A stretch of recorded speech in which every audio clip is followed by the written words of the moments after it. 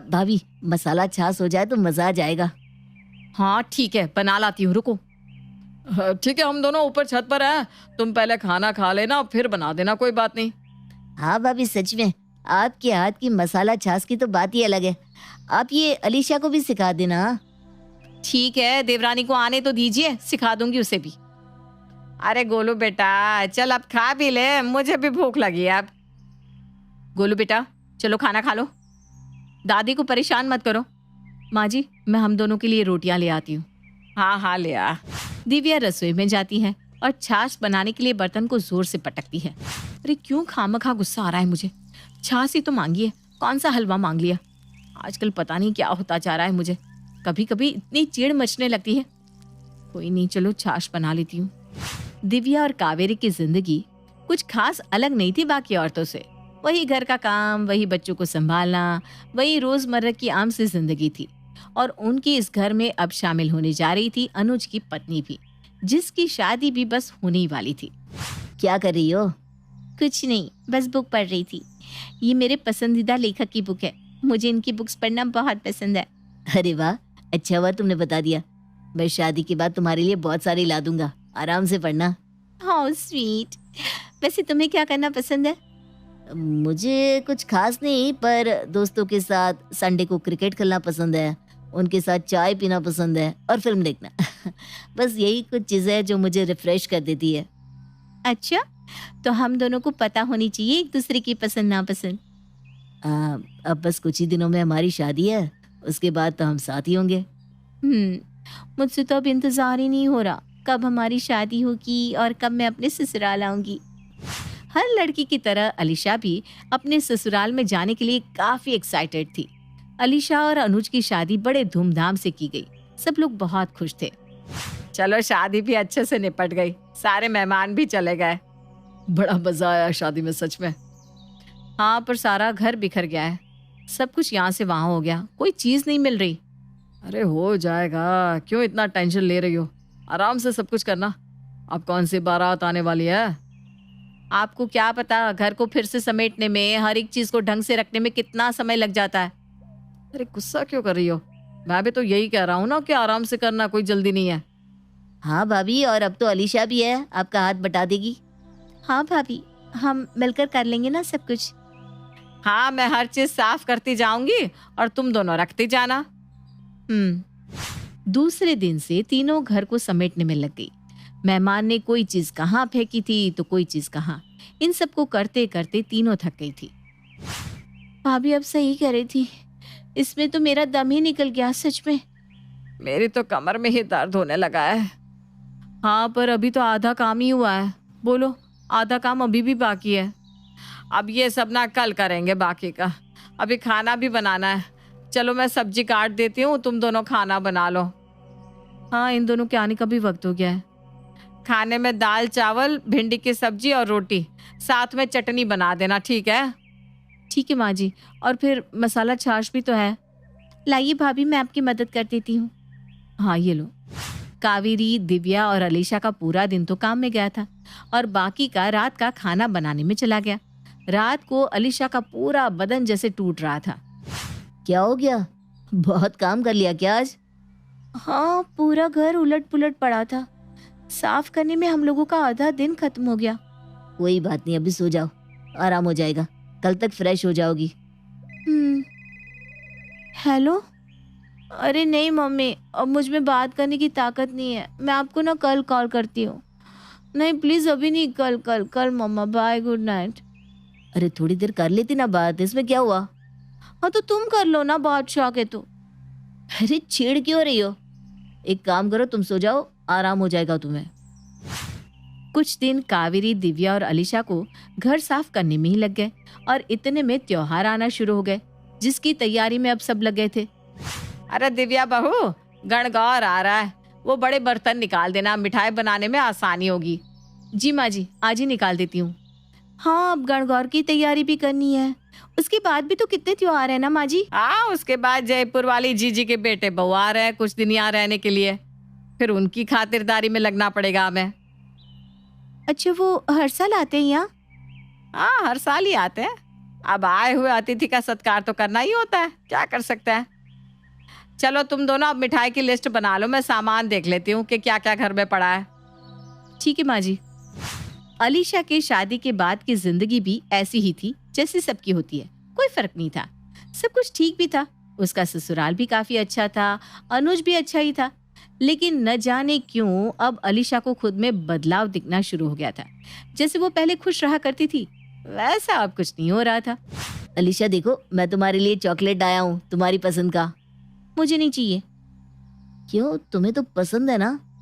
हाँ, पर मैंने कहा ना मुझे नहीं चाहिए। अजीब है, तुम्हें ये चॉकलेट्स नहीं चाहिए? इसके लिए तो तुम एक बार मुझसे लड़ पड़ी थी, याद है? हाँ, पर अभी नहीं चाहिए मुझे अनुज। तुम्हें समझ में नहीं आ रहा? मेरी ना का मतलब कब से ना कह रही हो ना। अरे तुम इतना गुस्सा क्यों हो रही है? किसी ने कुछ कहा क्या तुमसे? माँ से या भाभी से कुछ कहा सुनी हो गई है? नहीं, कुछ नहीं हुआ। अरे बताओ ना मुझे, क्या बात है? मैं बात करता हूँ माँ और भाभी से। नहीं, मेरा कोई झगड़ा नहीं हुआ है किसी से भी। वो दोनों बहुत अच्छी हैं, मुझसे कभी कुछ नहीं कहती। तो बात क्या है, बताओ मुझे। मुझे खुद को नहीं पता, सच में। पता नहीं क्यों ऐसा लग रहा है कि कुछ मिसिंग है, एक फ्रस्ट्रेशन सा हो रहा है, लेकिन क्यों ये समझ में नहीं आ रहा। कोई बात नहीं, लगता है तुम्हें घर की याद आ रही है। एक काम करो, 2 दिन अपने घर रहकर आ जाओ। हाँ, शायद। मैं कल ही तुम्हें घर छोड़कर आता हूँ तुम्हारे मायके। वहां रहने के बाद शायद तुम्हें अच्छा लगेगा। अगले दिन सुबह ही अलीशा और अनुज दोनों तैयार होकर अलीशा के मायके जाने के लिए तैयार होकर नीचे आ गए। अच्छे से जाना बहू, और अपने माता पिता को हमारा नमस्ते कहना। और ये ले, अपनी मम्मी को ये दे देना, हमने अपने हाथों से मिठाई बनाई है। अरे इसकी क्या जरूरत थी माँ जी। और ये घर का बना हुआ घी है, ये भी उन्हें दे देना, ठीक है? खूब मजे करना। जी भाभी, अब मैं चलती हूँ। अनुज अलीशा को उसके मायके छोड़कर चला जाता है। अलीशा काफी समय बाद अपने कमरे में आई थी और बैठी हुई कुछ सोच रही थी, तभी उसकी माँ उसके कमरे में आती है। कैसा लग रहा है अपने कमरे में वापस आकर? अच्छा ही लग रहा है माँ। माँ, ये लो मिठाई और घर का बना हुआ घी, मेरे ससुराल वालों ने भेजा है। अरे वाह, उन्हें मेरी तरफ से धन्यवाद कहना। कितनी मेहनत लगी होगी ना ये सब बनाने में। हाँ, माँ जी बैठी रहती है तो ये सब बनाती रहती है। कहती है बैठे बैठे हाथ पैर सूख जाते हैं, इसलिए काम करते रहना चाहिए। हाँ, ये तो सच्ची बात है। इंसान को काम करना ही चाहिए, इससे मन और तन दोनों स्वस्थ रहते हैं। क्या हुआ बेटा, तू कुछ बुझी बुझी सी लग रही है। तेरे ससुराल वाले अच्छे तो है ना? हाँ माँ, वो सब बहुत अच्छे हैं। मेरी सास और जेठानी तो बहुत ही अच्छे हैं। मुझे कोई भी काम नहीं आता तो वो दोनों मेरी मदद करते हैं। मेरी जेठानी का छोटा सा बेटा है ना गोलू, सारा दिन शरारत करता है। मेरी जेठानी उसे भी संभालती है, उसकी पढ़ाई भी, रसोई भी, सब कुछ। माँ जी भी ना कभी गोलू के पीछे तो कभी रसोई में तो कभी बुनाई के काम में लगी ही रहती है। ये तो हर घर की कहानी है बेटा। हर स्त्री का जीवन यूं ही गुजरता है। लेकिन मैं ये जानना चाहती हूँ कि तू क्यों मुरझाई हुई है? पता नहीं माँ, कुछ दिनों से ना मुझे बहुत ज्यादा फ्रस्ट्रेशन हो रही है। छोटी छोटी बात पे गुस्सा आ जाता है। ऐसा नहीं है कि मैं आराम नहीं करती हूँ, लेकिन पता नहीं क्यों कभी ना मन उदास सा होता है।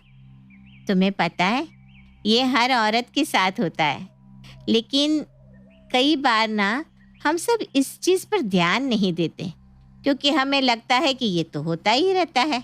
हर एक की जिंदगी यूं ही चलती है। औरतें घर को संभालती है, अपना करियर भी देखती है, मेहमानों को भी देखती है और बच्चों को भी पालती है। इन सब में पता है मिसिंग क्या है बेटा? क्या माँ? इसका जवाब मैं तुम्हें बाद में दूंगी। पहले तुम ना कॉफी पियो, और ये लो तुम्हारी मनपसंद बुक, इसे पढ़ो, तब तक मैं खाना बना लेती हूँ। पर माँ, इसका जवाब? अरे पहले बुक तो पढ़ लो और कॉफी पी लेना। अलीशा को समझ में नहीं आया कि उसकी माँ ने आधे में बात क्यों छोड़ दी। माँ के जाने के बाद अलीशा ने अपनी फेवरेट कॉफी पी और बुक पढ़ी।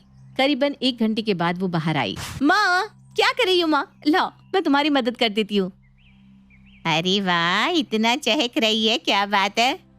अरे माँ, ये बुक इतनी अच्छी थी, मुझे पढ़ने में इतना मजा आया कि क्या बताओ। इससे ना मेरा मूड बिल्कुल अच्छा हो गया। अब बताओ ना, मैं तुम्हारी क्या मदद करूँ? और हाँ, पहले तुम मेरी अधूरी बात का जवाब दो। जवाब तो तुम खुद साथ लाई हो बेटा। मैं तो बुक पढ़ कर आई हूँ बस। वही तो तुम्हारा जवाब है अलीशा, तुम्हारा मी टाइम। Me time? मैंने कहा ना, हम औरतें सब कुछ कर लेती है, लेकिन खुद के लिए समय निकालना भूल जाती हैं बस। वक्त के साथ हमें आदत भी हो जाती है इस तरह जीने की, लेकिन हमारे अंदर का फ्रस्ट्रेशन कभी खत्म नहीं हो पाता और ना ही हम उसे कभी समझ पाते हैं। हमें लगता है सब कुछ सही तो चल रहा है, क्या प्रॉब्लम है? लेकिन प्रॉब्लम है, वो है हमारा पर्सनल मी टाइम। हाँ माँ, पहले जब मैं बुक पढ़ती थी, कॉफ़ी पीती थी, डायरी लिखती या दोस्तों से बात करती तो मुझे सच में खुशी सा मिलता था। लेकिन शादी के बाद मैंने एक बार भी ऐसा नहीं किया, एक बार भी अपने लिए वक्त नहीं निकाला। मैं काम में इतना मशगूल हो गई थी कि मैंने ध्यान ही नहीं दिया कि मैं क्या मिस कर रही हूँ।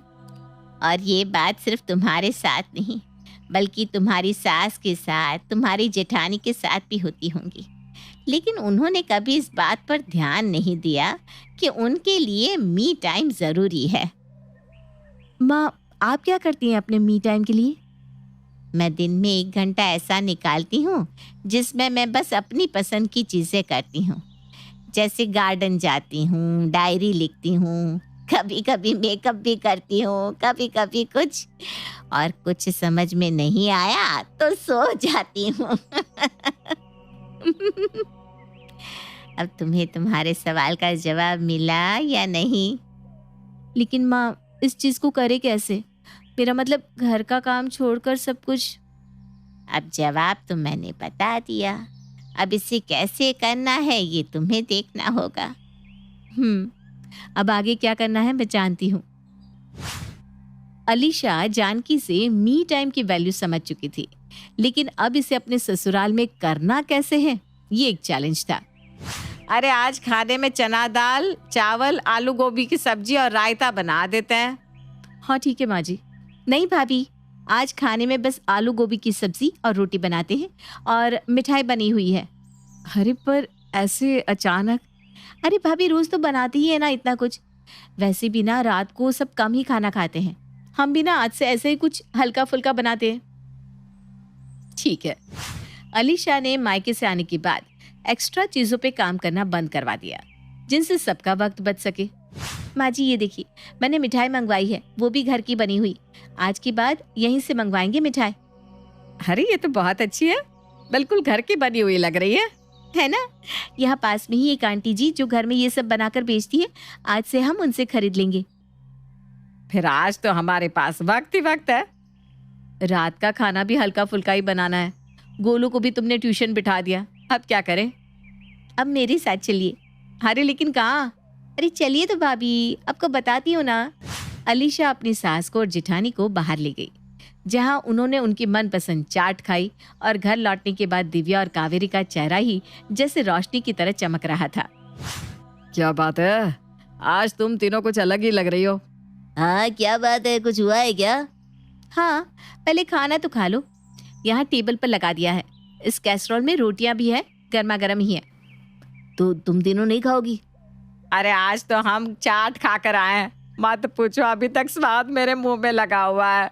हाँ, और वो दही पपड़ी तो पूछो ही मत। ये देखो हम तीनों की फोटोज।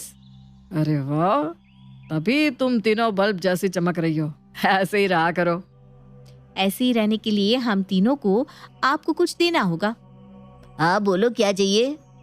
हमारा मी टाइम, दिन का एक ऐसा घंटा जिसमें हम बस अपने लिए समय निकालें, जिसमें बहू, बेटी, सास, माँ कुछ भी ना हो, बस खुद के लिए हो, जिसमें वो करे जो हमें खुशी देता है। हम लोग चिढ़ते हैं, गुस्सा करते हैं, वो बस इसलिए क्योंकि हमने खुद को वक्त देना छोड़ दिया है। तो कहो, क्या आप दे सकते हैं? आज से मैं गोलू का होमवर्क करवा दिया करूंगा दिव्या, और उसे स्कूल भी छोड़ता हुआ जाऊंगा। और मैं हमारा कमरा साफ कर दिया करूंगा और पौधों में पानी भी डाल दूंगा।